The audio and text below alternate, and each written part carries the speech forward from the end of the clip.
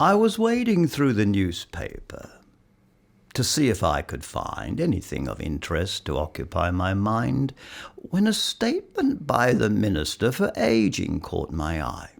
I quote, "By 2050, 20% of us will be over 65. Oh, dearie, dearie me. In a little more than 30 years, Australia will be overrun by a bunch of old farts like me. How will future generations cope with our nation's destiny?" And then I got to thinking, maybe they could use advice from some old fart like me. Or maybe they're not interested. Indeed, why should they be? In words from a bloke who was raised on bread and Vegemite washed down by strong black tea. But they might indulge me passing on a bit of history about who did what and what was where and how things used to be, like the migrant camp where I once lived in 1953. Back then, in Adelaide, Dad worked in a factory.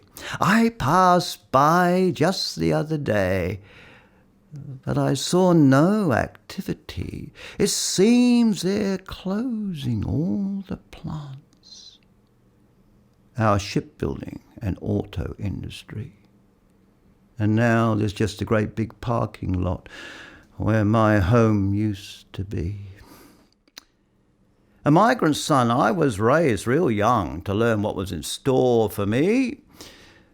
Obey the law, sing God Save the Queen, and she'll be right, you'll see. I actually caught a glimpse of the Queen in 1954 when royalty paid a visit, though nobody told me what for.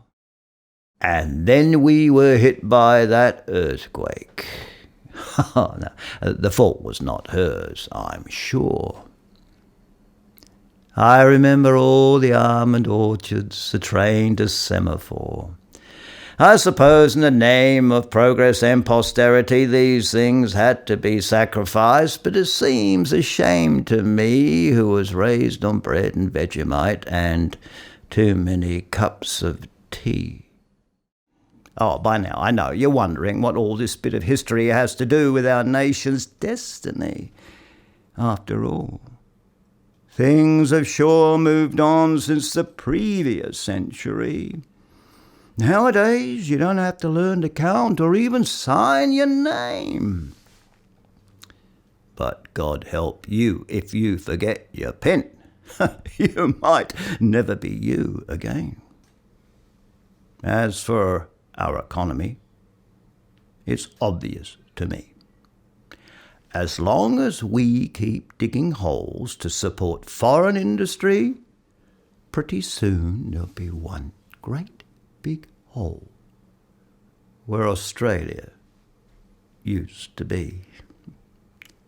But, like I said, who needs advice from a bunch of old farts like me?